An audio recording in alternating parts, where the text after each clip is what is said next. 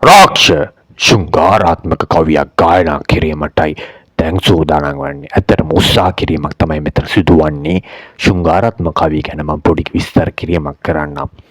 ඈත අතීතයේම සිටම කාන්තාවන්ට සමාජයේ කාගේත් සැලකිල්ලට, ගෞරවයට, භක්තියට හා ආදරයට පාත්‍ර වූවාය.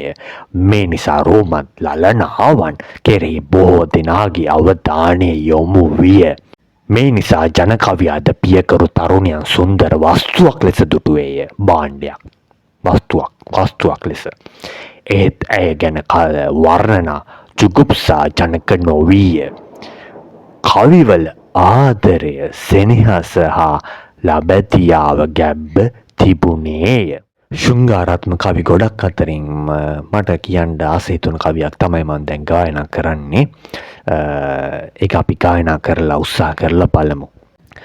කන්ද උඩින් එන කිකිලිය ගෝමරියේ, නලල් වටින් එන දහදිය මුතු සැටියේ, අත පාමුතු පය පාමුතු වයිරෝඩියේ, මට පිටුපා ගෙට යනවද සුරතලියේ. මට පිටුපා ගෙට යනවද සුරතලියේ. ඕය පොඩි අතල් එකක් දුන්නේ විහිළුවක්. ඉතින් මගේ රාක්ෂ වීඩියෝ දිගටම නරඹන්න, සබ්ස්ක්‍රයිබ් කරන්න, ෆලෝ කරන්න, කමෙන්ට් කරන්න, ෂෙයා කරන්න, ටැග් කරන්න. ඒ වගේම ඔගොල්ලොන් චෙස් දාදින්න දන්න ඕන එකතු වෙන්නත් මගේ දිග කන්ටෙන්ට් එක දිගටම ඔගොල්ලන්ට විශේෂ පණිවිඩයක් තියෙනවා. ඉතින් දිගටම මගේ වීඩියෝ නරඹන්න, ෂෙයා කරන්න, ඒක ලයික් කරන්න, ඒක වටිනවා.